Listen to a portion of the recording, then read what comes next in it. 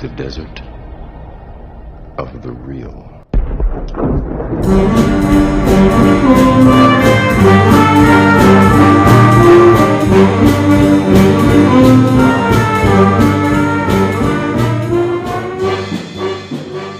Welcome to the Desert of the Real. I'm your host, Ryan Hudson, and joined with me, as always, is your Jason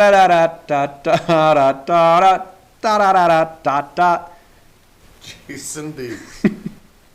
The Desert of the Real is a... That'll make more sense here in a minute. Yes, very soon. The Desert of the Real is a movie podcast where I force Jason to watch big blockbuster movies he's refused to watch that he didn't think were worth his time. However, today's a special episode. It's our 100th episode. It's our Bluey 100th special. It is.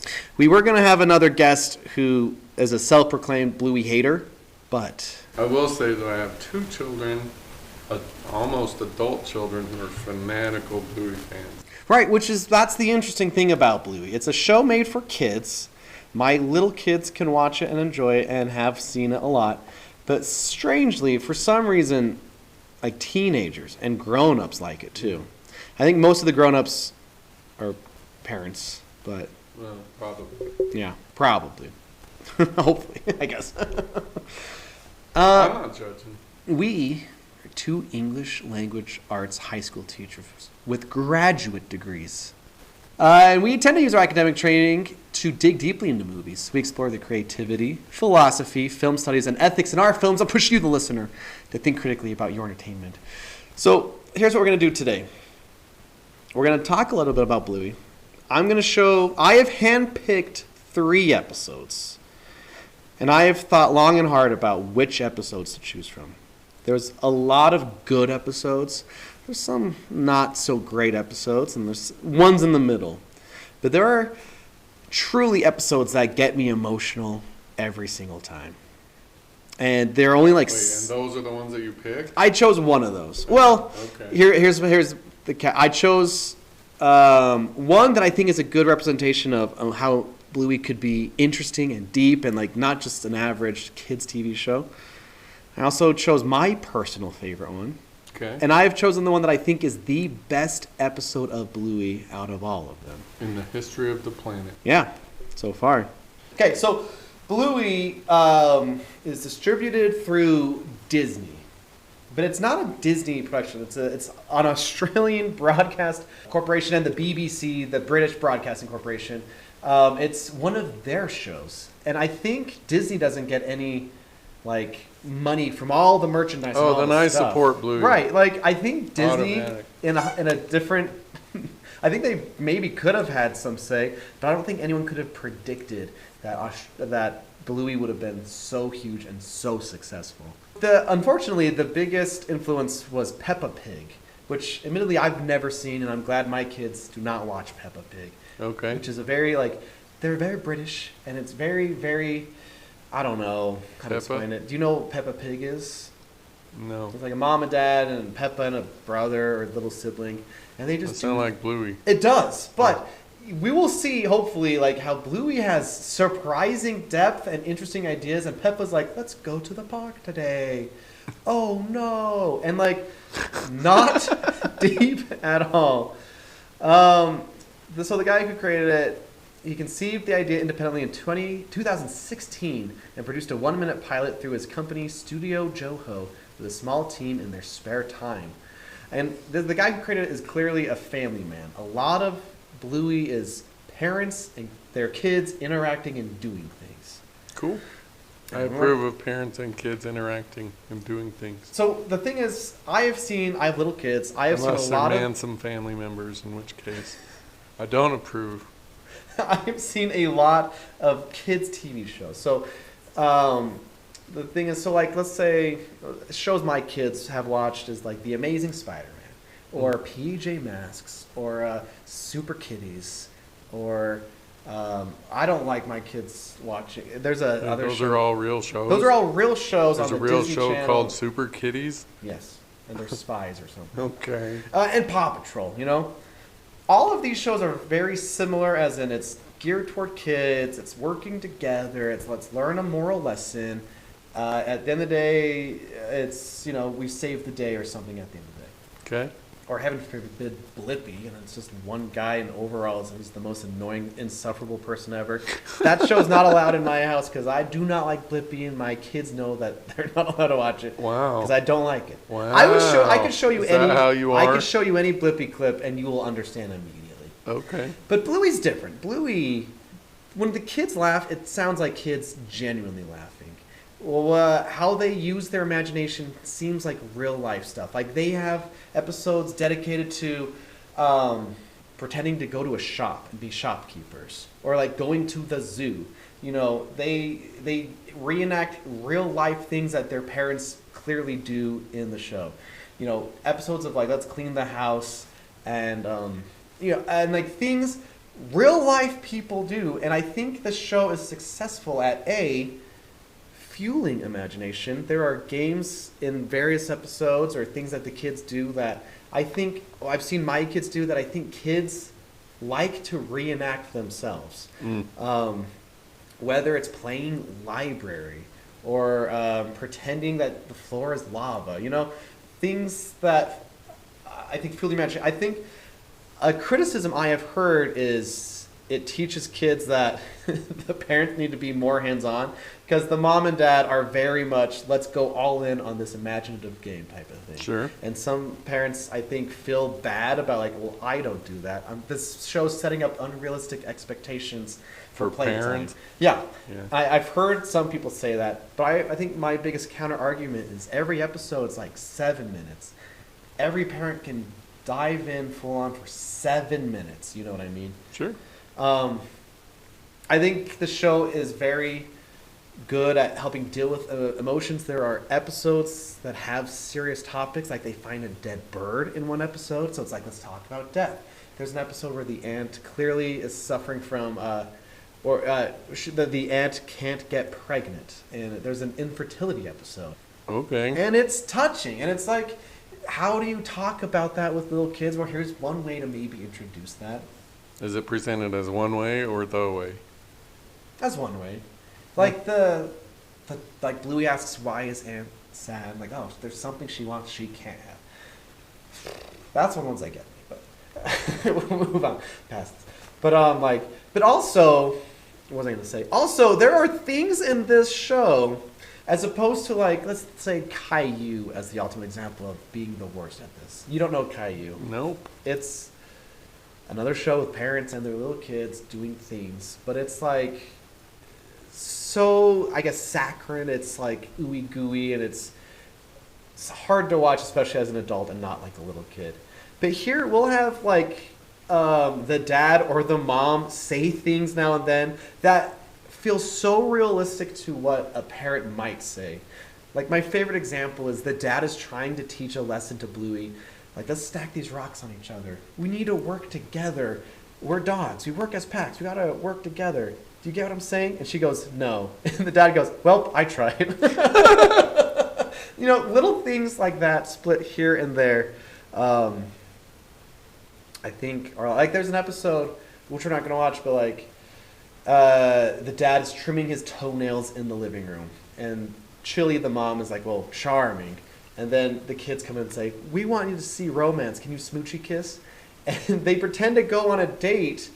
And it's like, oh, have I lost romance? But then the kids make this really gross meal. And the dad eats it for the mom. So it's like the romance has changed. It's like not even something the kids will even care about or pick up. But the parents are like, oh, I see how like when you're married and have kids, sometimes the definition of romance can shift a little bit. Sure. You know, stuff like that. And it's all throughout the show. Okay. So we're gonna like record us watching it? No. We are going to watch 3 episodes. Our first episode is called Flat Pack. This is the one I think is the episode where there's clearly a lot going on and a lot to analyze and talk about. We are going to watch it and then come back and kind of discuss it. So if you would like to watch it before you listen to the next part of the episode, you can kind of come along with us on this journey. Yeah, Flat Pack is episode 24 in season 2. All right, here's Flat Pack. Okay. We've just watched the episode known as Flat Pack. Deets, what do you think? I think you should go first. Okay. So you can tell me what you find amazing about that, and then I can respond. Deets, I want nothing more to do the thing you just told me to do. Okay. I think this episode, it's doing multiple things at once. Okay. A lot of multiple things. So it's just surface level stuff. It's about building this swingy chair, and the girls are playing with the cardboard and stuff they throw at me. Sure. And that's the story. They're like, let's pretend we're animals, and we change over time, and then and that's it. So, but this one especially has a lot going on underneath. And no, a TikTok did not tell this to me. I figured this all out on my own. I use my big brain. So there is at least 3 significant storylines or symbolic meanings going on at once with Flatback. A, the little girls' game. The girls are reenacting evolution. We're fishies in the water. I got that. We are frogs on land. We are lizards now with tails. We're furry, or we're dinosaurs. We're birds. We're furry animals. We're monkeys. We're people. Right. So on one, except for their dogs. right? Okay. All right. He's gotta Went from monkeys to dogs. stop that nonsense right now. Oh my. We can't break down the logic of the fact that they're dogs. Bro, have you been on any episodes with me? I've been on 99 episodes. Anyway, so it's evolution on one hand. Like, Sure. This is how evolution is. This Okay. is how it works. This is how a basic fundamental understanding of what evolution is. But the other hand, it's also theology too. I believe it's Bandit and Chili. They're the parents. They represent God creating a thing and giving things to the earth for the people on earth to use. Okay. And I don't even think that's much of a stretch, because there's a lot of clues that say that this is both evolution and theology. First off, they're literally on the porch higher up than the girls. Okay. When the game ends and Bluey doesn't know what to do next, they say, "Come join us." So like that's like the character version of her dying and going to heaven. They literally do the Michelangelo reaching for the hand thing, grabbing hands, coming to heaven, and they say this is heaven. So the show's not saying it's only this or that. It's saying, look at all of this. Sure. Here's science and religion to explain how things got created or whatever. And also the third layer is just the metaphor for growing up and moving on. I'm your baby, I grow up, I'm moving out. That's like the third layer of just getting older too. And we see like the parents already at that stage of their life saying, let's do this together, you know. It's dumb that this show gets to me because it's all like pathos, but the music I think is great. I think this is the perfect example of like this is doing more than just maybe your average kids TV show. I can see that. Yeah, for sure. Also, like I was talking about earlier with the dad, the thing gets broken and he has to go get the thing. He's like, "Oh, of course it's my fault." That's an example of dialogue I don't think you'll ever hear in another show aimed at kids. Right. Because it's just that little twinge of, yeah, this is how grown-ups will talk sometimes. Sure. Anyway, am I reaching or is it?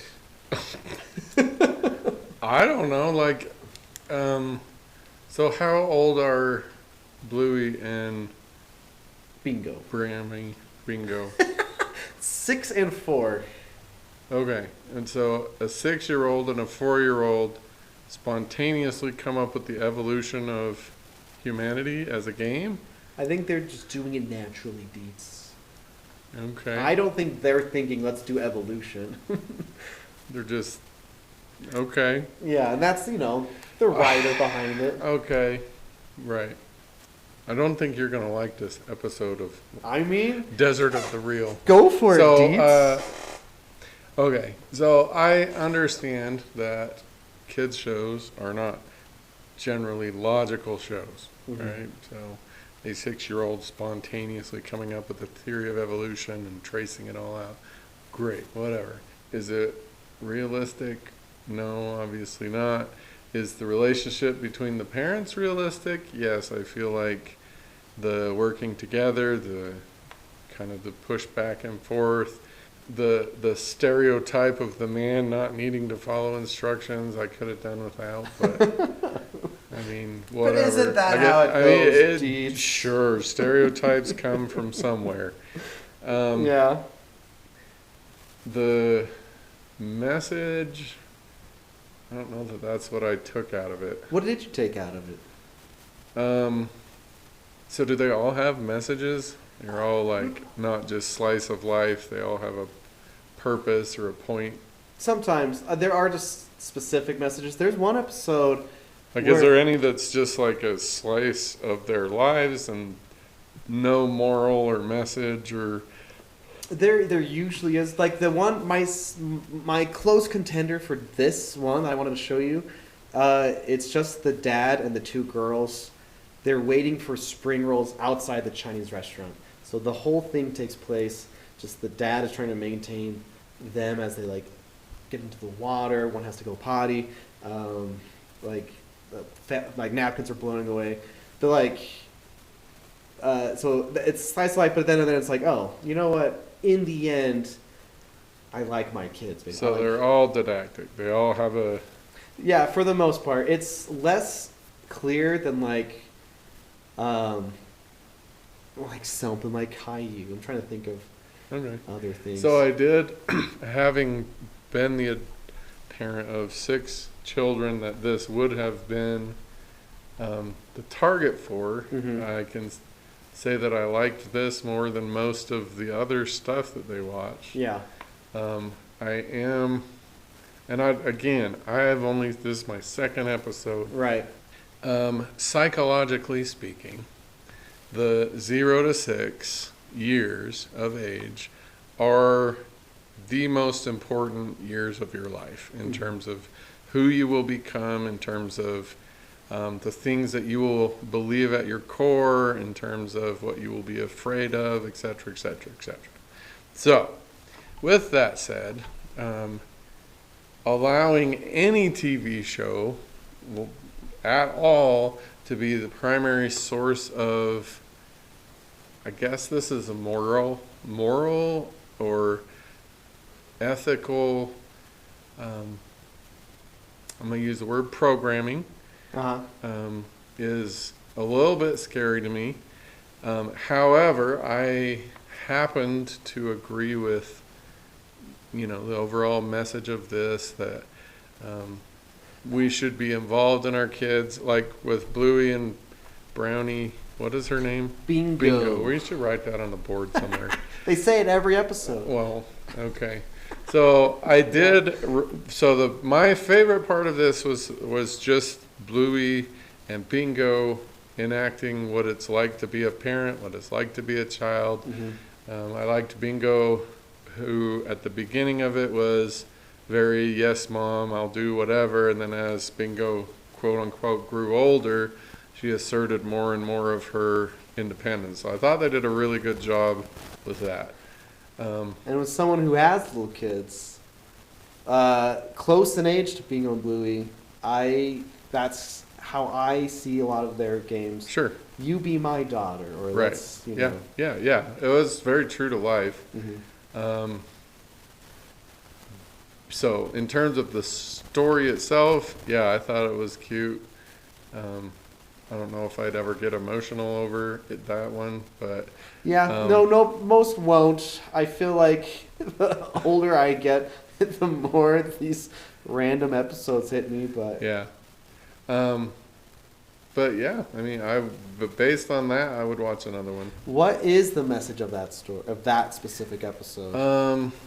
Because now that you say that, independent of the God, yeah, and independent of evolution. My kids have seen this episode however many times. I've never stopped to be like, "Hey, get it? Evolution?" Or yeah, no, I see multiple layers, but I didn't see the layers that you saw. So I saw I don't want to use the word indoctrination, but I'm gonna I don't know what another word would be. So Bluey is telling us, showing us, this is how adult parents should be acting, right? Yeah. They're working together, they have disagreements, they work through them. In the end, they still love each other, and they're still friends. And so that's how parents should be. And then I get that's how kids should be. So even when the game changes, or even when they don't want to do what you want to do anymore, it's okay to shift and do what they want to do. It's okay to, because from my memory of my own childhood, that was a huge problem with my friends, is we're playing G.I. Joe and then all of a sudden they want to throw a Transformer in there. I'm like, no, we're playing. Wait, G.I. Joe and Transformers could go together. Okay, but we're not playing we're not playing Transformers right now. And so it's, I guess, teaching would be the less loaded word than indoctrinating, but they're teaching kids it's okay for the games to change. What's important is that you continue to be friends, you continue to, play together and be happy. And then the third one that I saw is, like you already said, that just the stages of life thing, and that there is joy to be had at each stage. There's happiness. You can, the game, quote unquote, the big game doesn't have to change, but it does have to evolve. And so as parents, as our kids evolve or grow older or whatever, we need to be able to grow and evolve with them, so that whatever they want to quote unquote play is important to us, and we're willing to change what we're playing, quote unquote, so that we can continue to be with them and support them and have fun with them. So, see, that's why I was a little worried about this, how it might go, but I like how, because your brain is just so different. We're like, logically, that doesn't make sense. 6-year-olds. But then you're also like, no, the message is adapting to the playing and adapting to the stage of life. Because that is a deep message that... Well, yeah. So if we continue, or I continue, under the assumption that the purpose of Bluey is to... What's a better word than indoctrinate or program? Because it's not that... Brainwash? No, I don't feel like it's that strong, but I don't know a less strong word than indoctrinate. But so it's created to put into its viewing audience a certain way of behaving, a certain standard of behavior, especially of interpersonal behavior. So if we continue on that, I don't know yet, because as I said, especially with characters like this that the kids love, they're unable to be critical about the programming that they're receiving. And so that's a little scary to me. I know. I happen to agree with the program of this episode, but I don't know.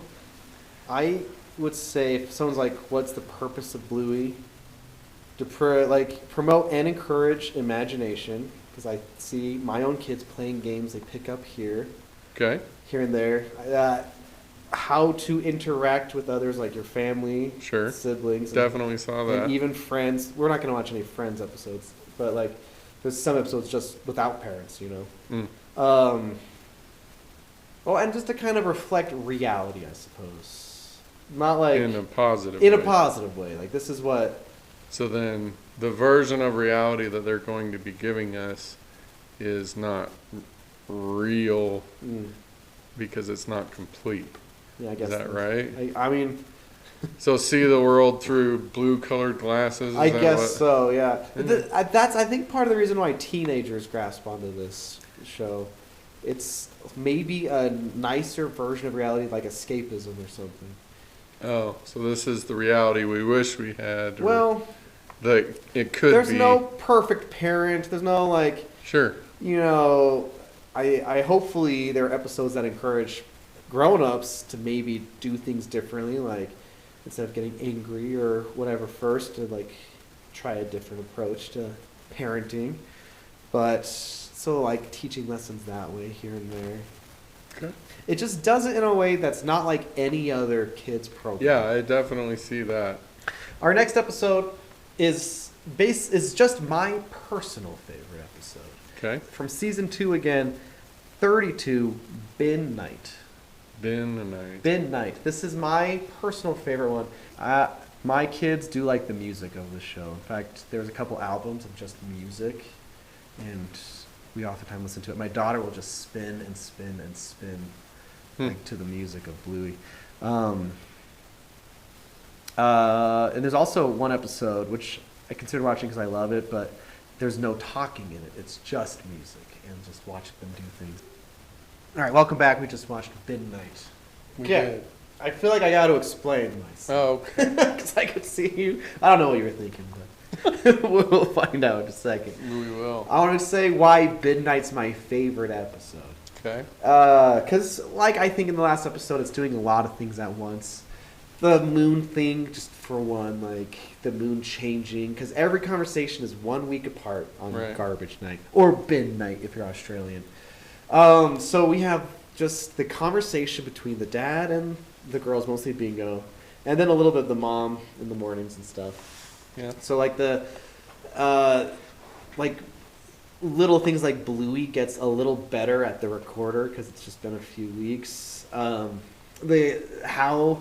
the conversations are with the mom and the dad to Bingo, because the thing I love the most is we don't see the school ever. It's about this mean kid who just moved to the Bingo school in kindergarten, or kindy, if you're Australian.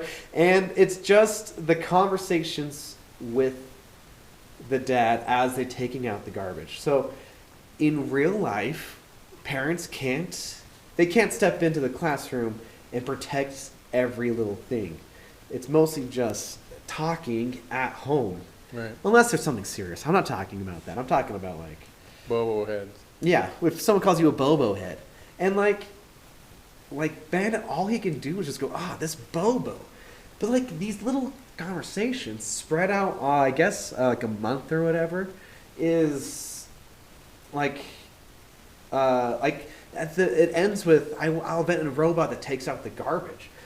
But like the dad goes, I hope not, because he likes these little excuses to be with his kids, which I think is nice.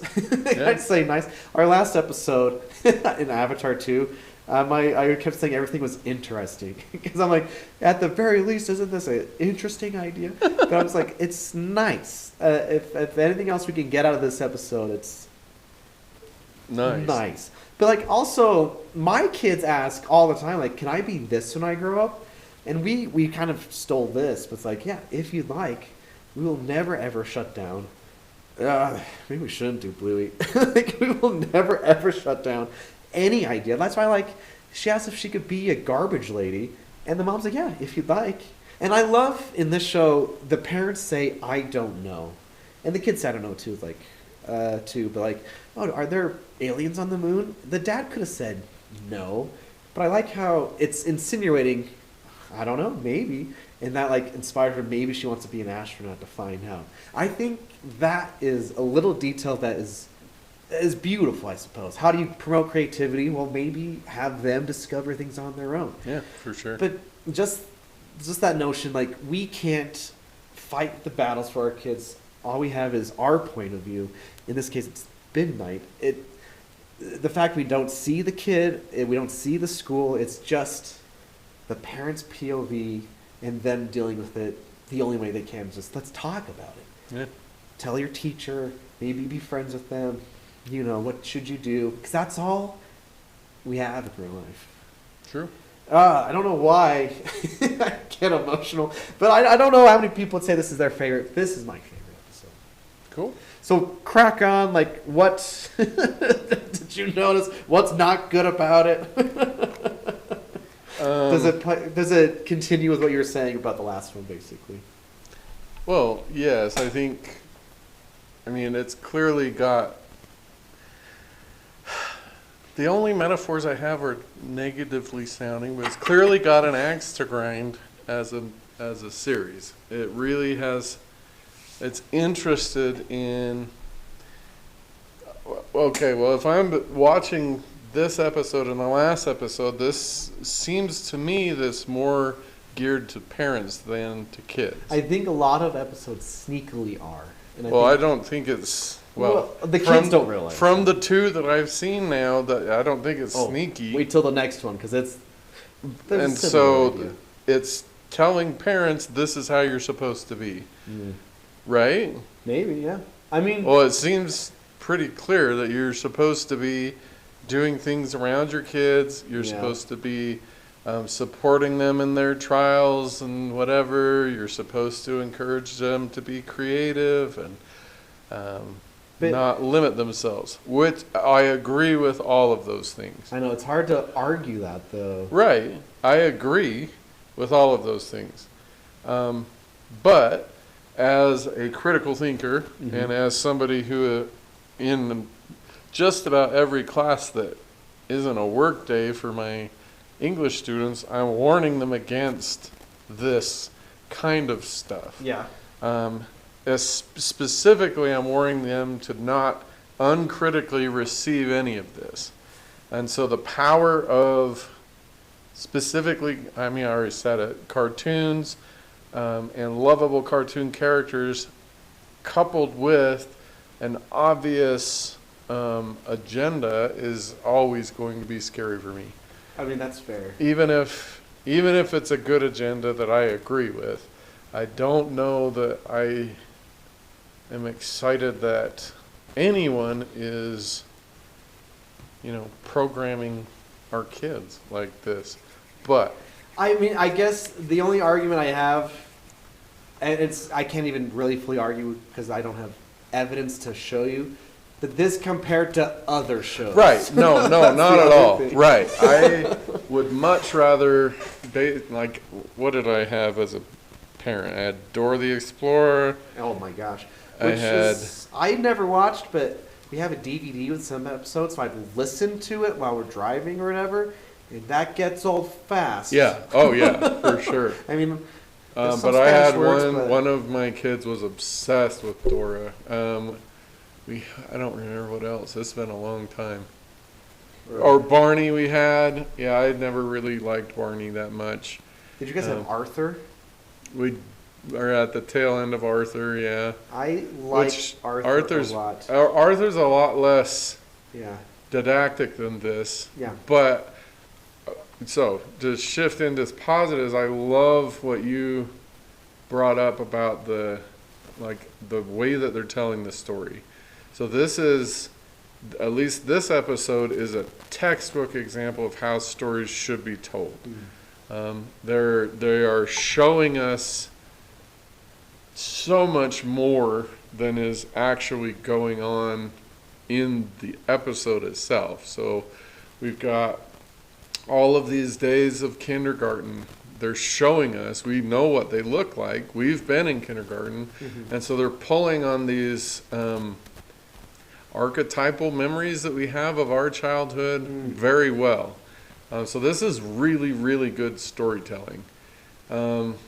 I have to admit that the imagination, creativity thing would get really old really fast for me, like the talking garbage bins. And Yeah. Like that would get really old. And I would not feel like I should be a parent that makes talking garbage bins from this.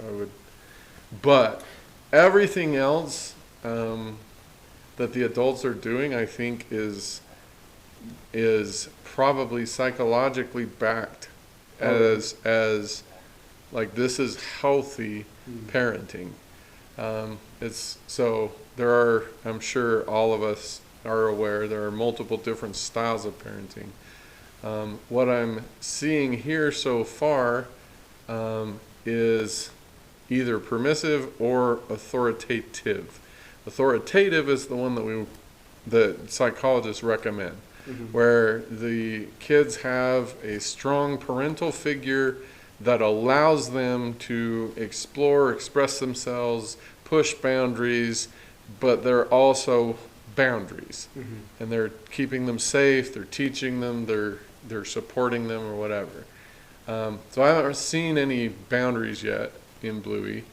And so I'm assuming there probably are. Do they ever run up against you can't do that or Yeah. don't do that? There's or, a few episodes. Oh, but not many.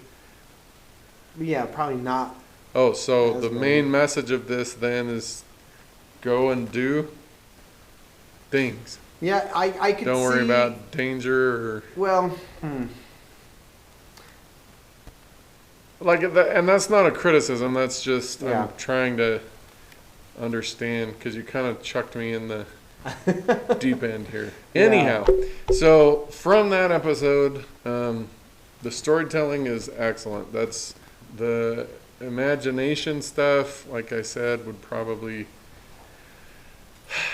I hate to be the old guy, but it'd get old for me if I watched episode after episode of this. But yeah.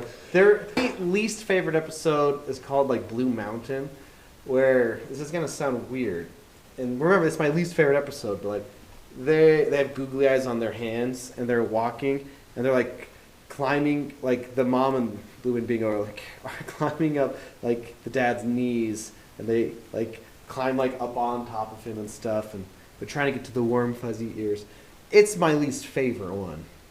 Okay. And it's probably like Yeah. more like the imagination might be too much here. A little pushing it. And my other least favorite episode is called Magic. It's where they pretend they can move things with their hands, and the parents go all in on like being thrown around and stuff. It's like, hold on, I don't want to play that game. So it's only good if you're willing to. So yeah, I mean, I get the draw of it. It's cute. It's a good nuclear family thing if Yeah. that's what you're pushing. Which I believe in, Yeah. obviously, since I'm happily married with 6 kids. I'm a big nuclear family guy. A big nuclear family. Yeah. So I don't know that. Actually, I'll ask you another question. Is imagination a key piece of every episode? Like the little games that they're playing. It's most of the episodes, I think.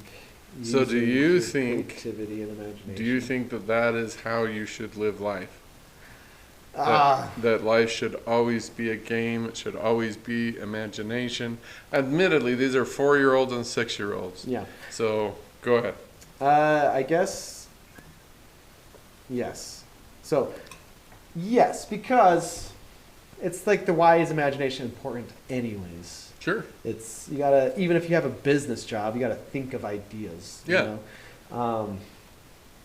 Or like if you have kids, I think it's good to, as a parent, grown-ups should help, like fuel imagination. Yeah, I think I all agree. of that's good stuff. I agree. And I think that's one of, like I said, the main messages of Bluey is Right.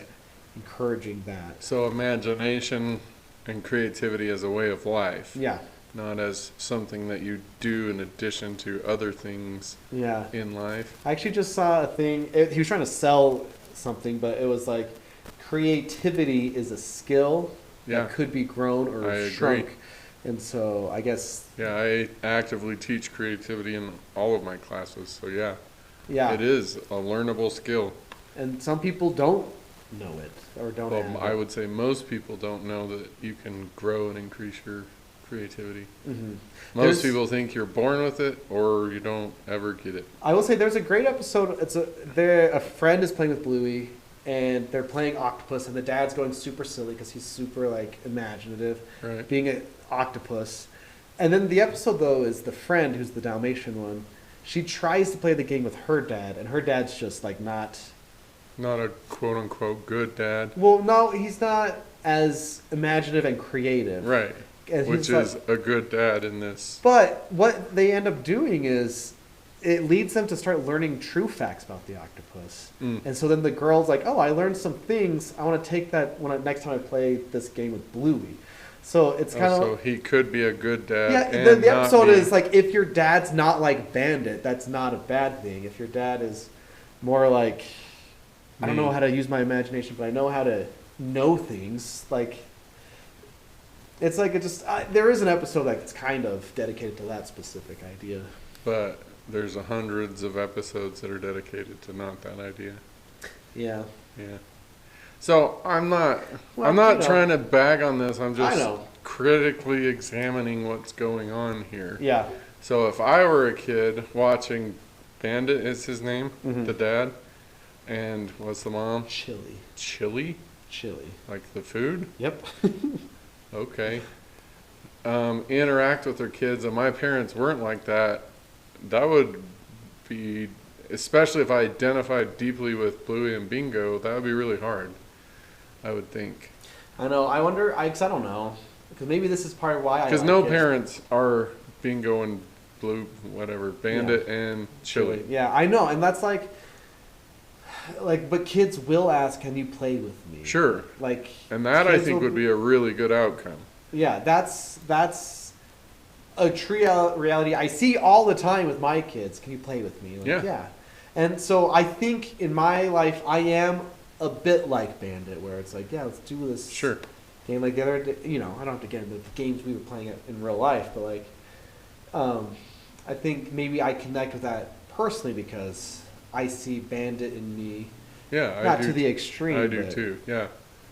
We'd take our daughter to nursery, and there was this guy who would get down on his hands and knees to play with them, and it was the best. Yeah. Now we have different people, and it's like they don't even know how to interact with these kids, and it's like, I wish you That's were. why I want to be the nursery calling guy. See, you are like Bandit. Yeah, yes, I absolutely am like Bandit. Yeah. Sometimes. Yeah, Not I mean- frequently. Which is why I was asking, is there ever a time when he's just too tired or he's... Yeah. There are. Yeah, I feel like every kid's show, including this, it's like, here's the episode where this happens. So like, there's an episode there where is an episode. there is. Yeah, it's kind of like that. Oh, Like, there's an episode where Bandit is frustrated with something, and yeah. having to work with it. Or, So that would be another issue. But as long as I think the kids recognize this is not real and they are okay with what the parents can give them in terms of creativity and Yeah. playtime, I think it's good. The talking bins, though, I'm not. That's funny. It's That's a it's good cute. bit. It's fun. It is. It would just get really old really quickly for me. But- Okay. Our last episode is we're watching the other episode that's not only just I think most people would agree is the best one, but if you look on something like IMDb, which I'm looking at right now, it's ranked this Bluey 8-minute episode is ranked up there with television shows like Breaking Bad and Game of Thrones and Mad Men and what else do we have here? Like grown-up shows. My brother would be happy if I also mentioned that Attack on Titan has got a lot of episodes like that too. Because, Is that a good one? well, yes, Is it my Star brother Wars one? has always wanted me to watch that. And Oh, I- is it Star Wars? No, it's like it's like an anime. Oh, okay. Yeah, giant titans attacking the city, but apparently it's like one of the best of all time. Anyway, so it is, of course, and if you are listening and you are aware, Sleepytime, it's from season 2. I guess they're all from season 2. So that was the golden era of Bluey, season 2. I guess so. I mean, we have season 3, but the next thing is it's a movie. It comes out in 2 years Oh, in theaters. So it's from season 2, episode 9, Sleepytime. Okay, and that one was fantastic. that one's fantastic. I love that one. Like I said, Except for the mom's line that you probably think is really good. But that was awesome. So this is like the imagination not being forced on the audience. This is like just kind of a peek inside of Bingo's head. yeah, Right, and the dream sequence was fantastic. Like that was really, like, it wasn't. So I didn't feel like any of the emotions were being rammed down my throat like they were in the other 2 episodes. Like Uh-huh. I wasn't being told what to think or feel. I was just allowed to experience it. And so, I really enjoyed that. If more of the episodes were like that, I would probably watch Bluey. Yeah. But, the I will always be here because I love you. Yeah. Okay. You said Mufasa. Okay. I mean, that's true. And Yeah. I think, so I guess my overall takeaway, since this is our last Bluey episode, is this seems to be like what all good parents already know and already do. Mm-hmm. Like, I don't have to tell. Again, I don't want to use the word cheapen because it's, again, got a lot of negative baggage, but it makes it less special? I don't know. Because my kids know that already. I don't think I've ever told them that, Yeah. but they know it.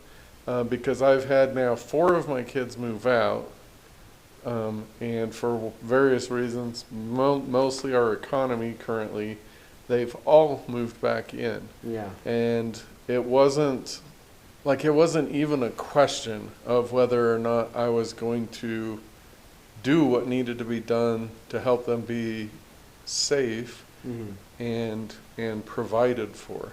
Like, there wasn't because we essentially remodeled our entire basement and cut it off from the top of our house so that 2 of my kids could have a place to be still adults, still on their own, while we were also supporting them. So, I don't know. I really liked that episode a lot. I don't think it was better than the one that I first saw, which I don't know what it was, but it was the one with the leaf. Oh, Born Yesterday. Born Yesterday. Yeah. I really liked that one a lot. Yeah.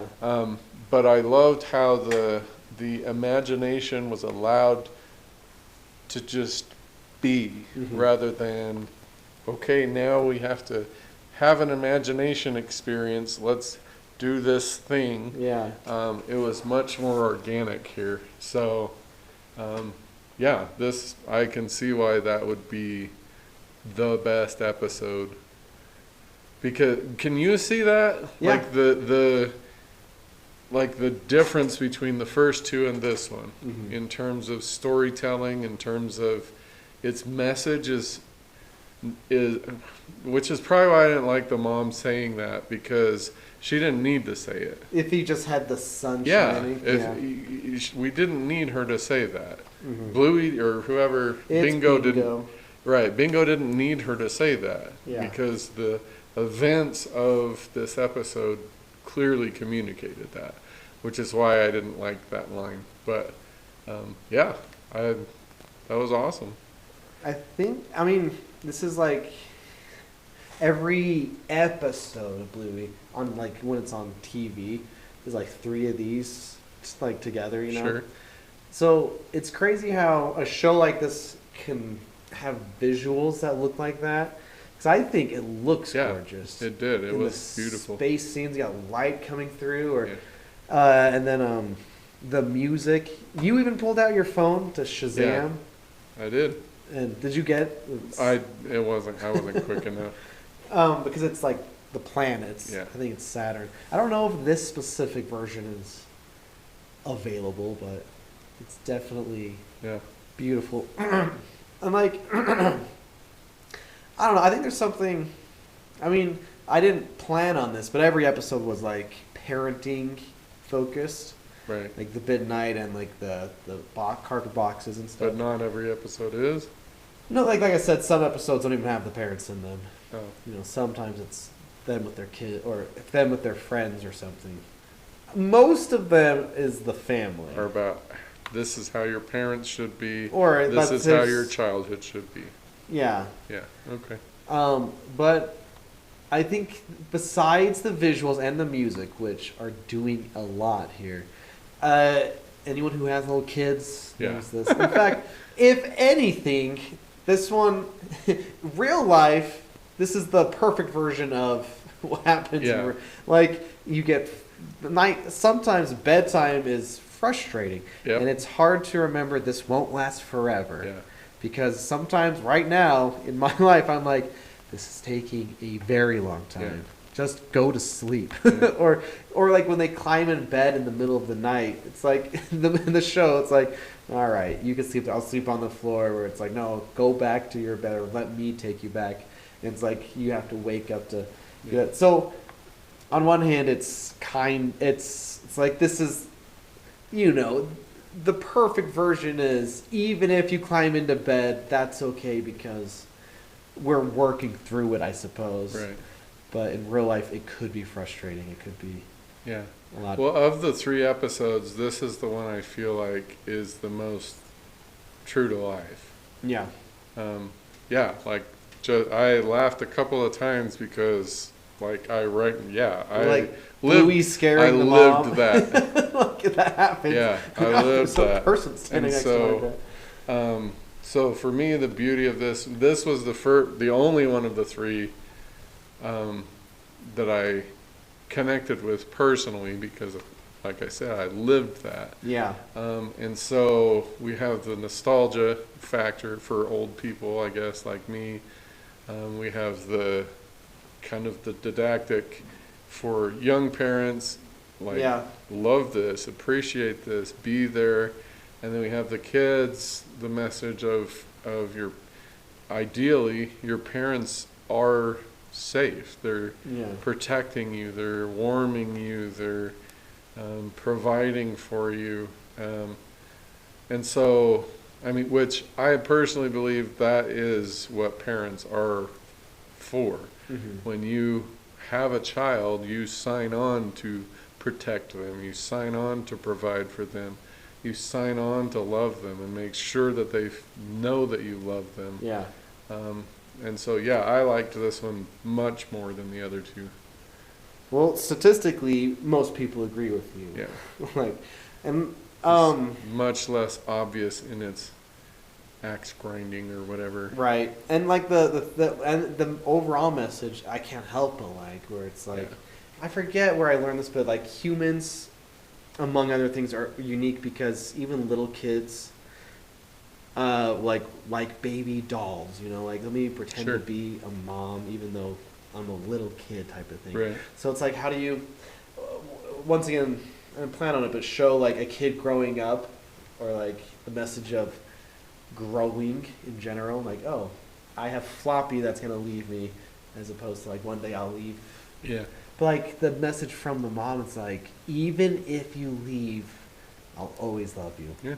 Which is like, I guess if it didn't say that, it would still been crystal clear and Yeah. everything. But that message specifically is Yeah. nice. I really, There's no really, way. really wish that they had left that out the 2 times she said it.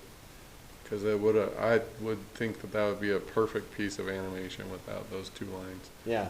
So, Like I said, this one's up there with some of like the most critically acclaimed TV episodes of all time. yeah, I can see why. So, can I Go for some it. concluding thoughts on my part? Yeah. Even with all of the things that I've pointed out, I would much rather have my kids watching this than I think anything else I can think of off the top of my head. Mm-hmm. It's very, what do I want to say? It's wholesome. Yeah. It's instructional, but it's not like, actually, here's what I'll say. It's instructing kids in the things that I feel like are the most important things to be instructed in.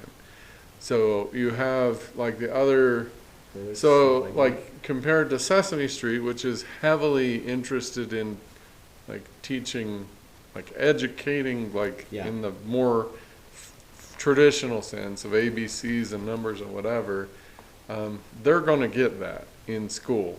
And Sesame Street, I mean, it might give you a jump start on that, but these kinds of things that Bluey is offering, they're not going to get in school. Yeah.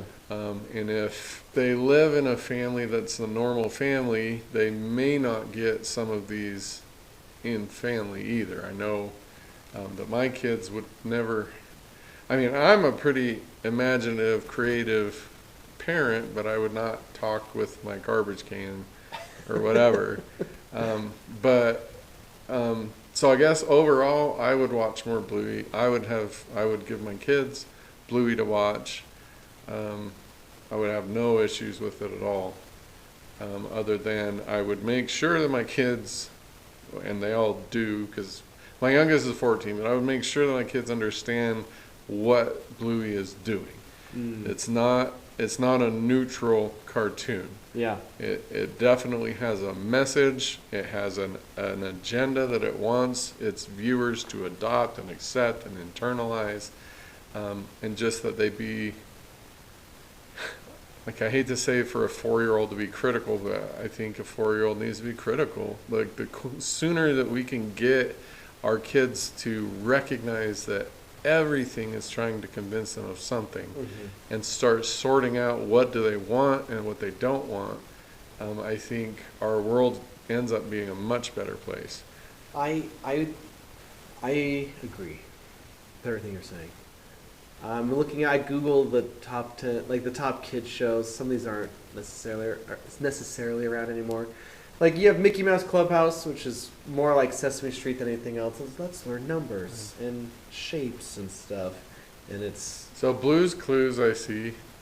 Blue's Clues, there's a whole chapter in Malcolm Gladwell's book about right. Blue's Clues. Yeah. Which is but interesting. Blue's Clues seems like kind of a bridge between Sesame Street and this, and Bluey. They're both blue dogs. Well, but they're also, in addition to teaching, problem solving and whatever, where they jump into a picture and do stuff, right? Right. So there's the imagination part.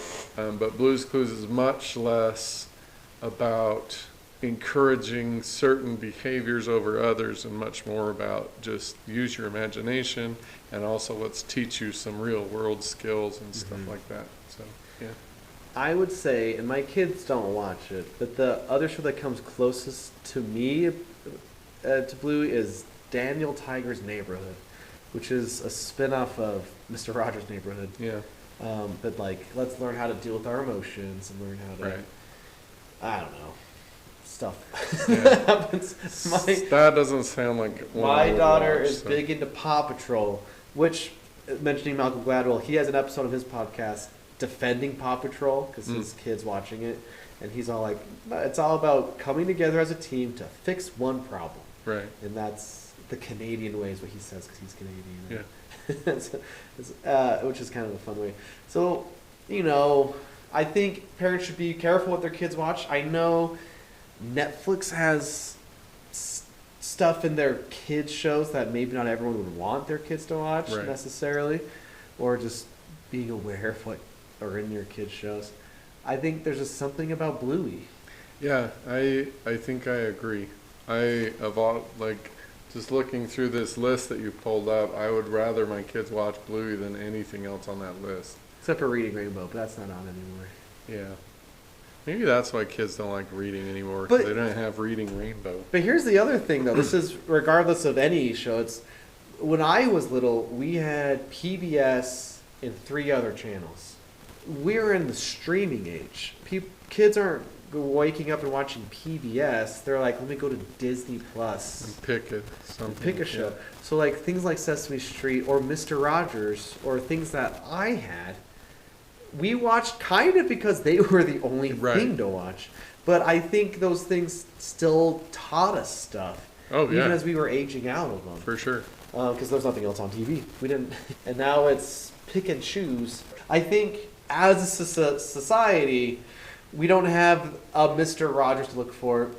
Miss Rachel is closest, maybe, and she's more like nursery songs, also various lessons about things too, but I don't know, we don't all watch the same programming like we used to, even with the channels you guys had with Blue's Clues and Dora the Explorer. Actually, we bought them. Oh, really? Yeah, we didn't have TV at all. For that reason, actually, because we couldn't control. Right, and I think parents my age, millennials with kids, there's less thought put into what their kids are watching. Yeah, for sure. Yeah, and I think that's dangerous. And I think that's what various parents who even have issues with Bluey are worried about. Where I thought you were going with it is of all of the stuff that is now available to stream Yeah. that is less valuable than what we just saw in these 3 Bluey episodes. I think it's great that Bluey is pulling people to it. Yeah. I don't know if you know this with Bluey. At least it was true not too long ago. The most streamed TV show ever. Yeah, and I think based on what I saw, I think that's awesome. Yeah. Because maybe Bluey is didactic. It's got a message that it's pounding into, but if we're being honest, you cannot watch or listen to anything that isn't didactic. Yeah. Like, I think everything is trying to persuade you of something. Anytime anyone opens their mouth, they're trying to persuade you of something. And so it's not, for me anyway, I don't think it's really a question of, do I choose a show that is going to teach me stuff like Bluey is, or do I choose the show that's not going to teach me anything? I don't think that's an option.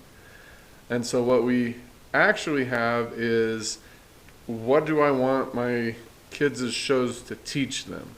Mm-hmm. Because they all will, even if they're just watching movies, those movies are teaching them something. And so by having Bluey be the massive pull that it is, I think is a really important force for good. Yeah, it's easy to say everything has a message, but for the most part, I agree with Bluey's message. Yeah, That's right. the And so thing. that's kind of what I'm saying, Yeah. is you don't get to pick, do I have a message-driven show or a not message-driven show? You get to pick which message-driven show do I want my kids to receive. Yeah. And yeah, I didn't see, other than the talking garbage cans, I didn't see anything there that I would not want my kids to receive. And so, yeah, if we're picking a show out of all the shows, yeah, Bluey's a good one. I would pick Bluey. I was looking at the list. So I've seen Sesame Street, Mr. Rogers, I've seen Arthur, Blue's Clues, Some of these. Dora, My Little Pony I've seen, Reading Rainbow. So yeah, of those, I feel like all of the other shows that have like active teaching components, they're going to get that in school anyway. But this kind of message they're not going to get in school. Yeah, I think, if anything, it hopefully promotes parents with kids. Yeah. Healthy. Yeah. Everything. So, okay, so here's the main critical thinking tool that I give my kids is, if everyone on the planet was doing X, what would the planet look like? Mm-hmm. And so if everyone on the planet was doing what we just saw in Bluey, the planet looks amazing. And everyone is safe, and everyone is feeling loved, and everyone is encouraged to create, encouraged to be imaginative. Everyone is, I'm assuming, sharing with everybody else, blah, blah, blah. That sounds ideal to me. Yeah. And so by that little critical thinking test, yeah, I would, yeah, if we can get that into everybody on the planet's heads, I'm all for that. Yeah. So I am persuaded. I imagine there are people who are familiar with Bluey, like, why did he choose those episodes? And I'm like, you know what? Good question. Yeah. Maybe we'll do a part 2 if we yeah. want to. But I was really looking forward, because what would have been our guest host is very much anti-Bluey. Yeah.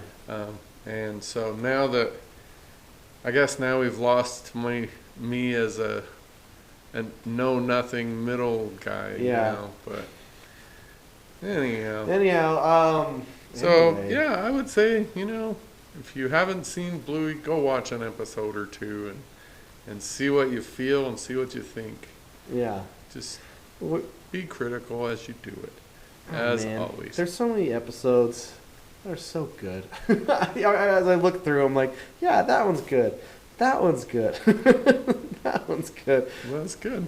But I think this was kind of a fun little Yeah, it was a fun little deviation. break. Because this was our 100th episode. Yes, happy 100. And then unhappy next episode. Yes. Because Dietz does I'm not not want to do Harry Potter next. But I did not ever say that. Maybe. not out loud. I just don't want to do them in a row. Anyway, we'll get there. It'll be a journey. Mostly Yes, it of will. Dietz kicking and screaming and... I'm just joking. No, you're not. It's gonna be like that. We love you. I'm surprised that I liked it as much as I did. So Anyway, we love you. we do love you. Think critically. Please do. Even critically about things that you don't think you have to be critical of, like Just- Bluey. It's just all time. Everything. Everything. Okay. We'll see you next week for Harry Potter and the Philosopher's Stone. Sorcerer's. I'm sorry. I can't start splitting hairs now that we're actually doing Harry Potter. We love you. Bye.